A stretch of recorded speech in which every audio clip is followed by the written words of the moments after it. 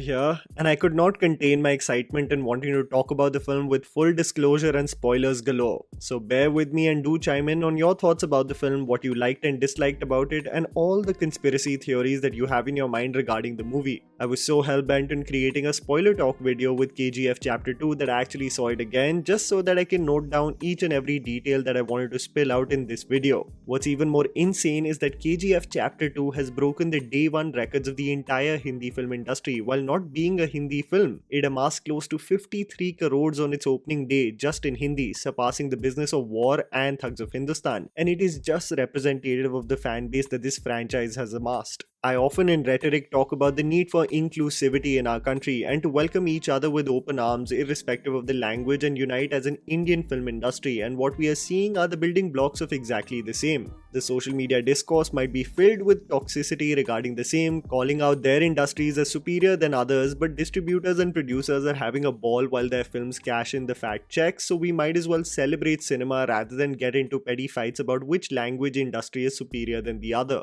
Also, just as I get into spoilers, I wanted to say that through KGF, most of the accolades are being showered upon Yash, Sanjay Dutt and Raveena Tandon, who have done a phenomenal job, but I think the creators behind the scenes really deserve so much credit for the spectacle that was created on the big screen. And this includes director Prashanth Neel, editor Ujjwal Kulkarni, who is all of 19 years old, making me have an existential crisis of what I'm doing with my life, music composer Ravi BASRUR, who basically makes his presence apparent through most of the running minutes of the film, and the spectacular cinematography of Bhuvan Gowda. I said this in my review, but the fact that this movie developed such an engaging and entertaining product has a lot to do with Prashanth Neel sticking with his technicians ever since his first venture, Ugram. I'm going to do a spoiler talk in chronological order and then get into theories, so hop in for the ride. What I love about the introduction of the film is that Prashanth Neel makes sure that through his writing that the attention is deflected. The partners of KGF in the very first meeting expected to be conducted by Virat, only for a huge procession to welcome Rocky, and this is consistent with most of the film where there is an expectation by characters for an apparent entry of someone, only to their shock for it to be someone completely different, and this is mostly controlled by Rocky, being always 2 steps ahead. I still stand by the fact that most pan-Indian films just do not know how to handle or portray romantic storylines. Just like Pushpa, KGF and the relationship between Rocky and Reena is riddled with regressive connotations. He forces her against her will to appear in KGF, and when she questions him on why he got her there, he says, "You are my entertainment." There is an almost tangible ownership like an object that Rocky has with Reena. She is welcomed in a room with helpers that instruct her to wear something as Rocky would like it, and they beautify the room as if they will have their first night together. Rocky says that she shouldn't be scared and come crawling to his room at night, because what will society think? Which made me wonder, you didn't think about what society would say when you abducted her against her will. इनका problematic social context थोड़ा skewed ही है.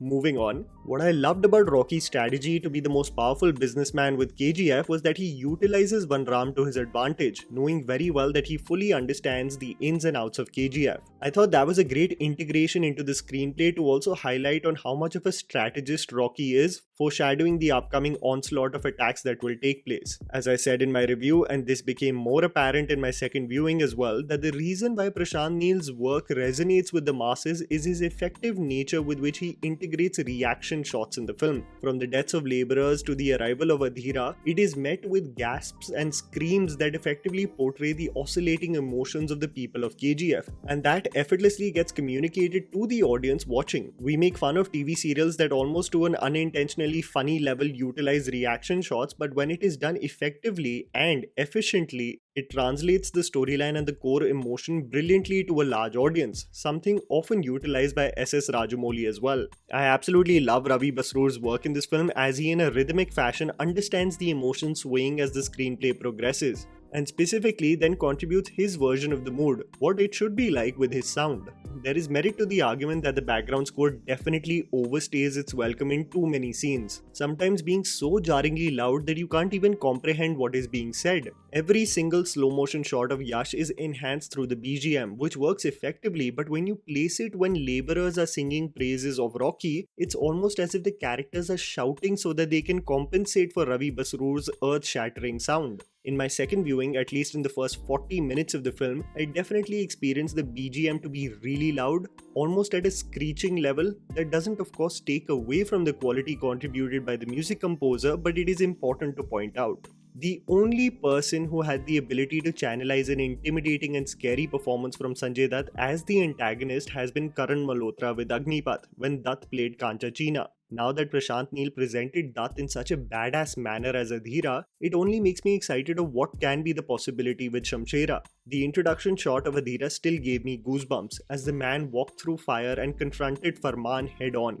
Farman, a loyal servant of Rocky, is someone that I will come to later because his theory, if comes true, will blow everyone's mind. Even in the second viewing, the car chase sequence is haphazardly edited, and it's not indicative of changing gears that leads to black screens, but just an editing tool to work in sync with the sound design of the action sequence. It has so many jump cuts that the journey to the point of impact is actually missing. There is no thread but different points over the course of the chase, which I still believe could have been better treated rather than incessantly overdone with jump cuts. This is also true for the face-off that happens between Rocky and Adhira, where the points of impact are highlighted but the journey to the punch is missing, taking away from what makes a lot of the action sequences of legendary hand-to-hand combat so memorable. Another great piece of writing was how Rocky gets shot while standing on a danger sign only to return back and give Adhira a taste of his medicine as he stands confidently next to the same sign. The Kalishnikov sequence where Rocky attacks Adhira has to be one of the best choreographed mass commercial set pieces I've seen in a long time. Play shooting only for the army to reveal itself really accounted for such a badass sequence. I do feel that INAYAT KHALEEL almost was forgotten as a threat after this part of the film. Presumably very influential, he almost became a forgotten side character very soon.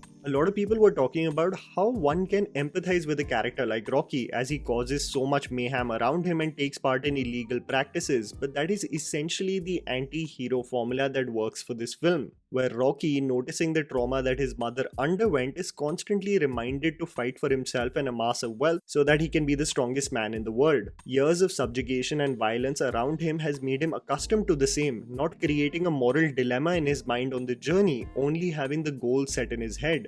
He clearly says, अगर मैं खुद गर्ज, कायर या villain कहलाऊं मुझे कोई फर्क नहीं पड़ता, उसकी ख्वाहिश ही मेरी जिद है. And this is indicative of his personality and what meets the anti-hero trope of being morally ambiguous but still wronged by the system. The reason why I still did not connect with the romantic relationship was even though she passed away with Rocky's child, the relationship was not established enough to root for the both of them. Her love for him only arises because she sees his unabashed loyalty to his late mother in a cringe-worthy sequence telling him, "Congratulations, I love you." The romantic song actually halts the proceedings of the film, and her death doesn't really generate an emotional response from the audience. We quickly just want Rocky to kick some more ass. The symbolism of the hammer, though, clashing with the sword only to break into pieces is beautifully carved out, almost representative of a clash of justice and revenge against authority. Now getting to the theories, buckle your seats, you can roll your eyes with it or buy it, it's your choice. But you also write down your theories about the same. The number one theory. Coming to the ending and the theory behind it, I genuinely think that Rocky understood the result of taking his riches by ship and how it will lead to his end. But whatever he amassed, he wanted to vanish with it, basically. Hence it is told that the 20,000 feet ocean is so deep that none of its elements can be recovered. What has been done brilliantly is that in the screenplay, the period between 1978 and 81 is actually left out. When in the end, Ramika Sen is handed over documents as if Rocky has been active in USA taking part in illegal trade, it actually makes me think that there can be a storyline of KGF Chapter 3 and how Rocky built a huge empire in North America in those 3 years. That can be the storyline of Chapter 3. The second theory of the film that actually gave me goosebumps is that there is a possibility that Farman, who is Ishwari Rao's son in the film, is actually not dead. When the dead bodies arrive, the mother doesn't see her child's face, which makes me think that there is a possibility that Farman is still alive. And looking at the very fact that Ishwari Rao is involved in SALAAR, there can be a storyline where Farman became SALAAR, considered to be the most violent men of all. The interconnection of both those franchises can cause mayhem, getting me to the last theory. The last theory that interconnects the worlds of KGF and SALAAR can be a stretch. But what is noticed when Rocky storms into the parliament to kill Thalaiva, he doesn't barge in with the guards that he usually has throughout the film. This army seems stylized and modern, making us think that his mission to the parliament has been actually aided by SALAAR's army. Also quantifying the fact that if you take away the FARMAAN connection, probably Rocky crossed paths with SALAAR in USA and became allies with one another. If this is the case, it will be a joint universe that will break all box office records known to mankind. SALAAR being established through the solo Prabhas film only to cross paths with Rocky, and only for Rocky and SALAAR to join hands together in KGF Chapter 3. That will blow everyone's mind. And that was the video, guys. Write down in the comments below what you thought about the movie, your spoiler talk regarding it, and your theories also behind it. Please do write it in the comments below. Please don't forget to follow me on Instagram. The handle's right in front of you. Follow me at JammyPants4. Also, please support us by smashing the like button and subscribing to our channel for weekly content ahead. Thank you for watching.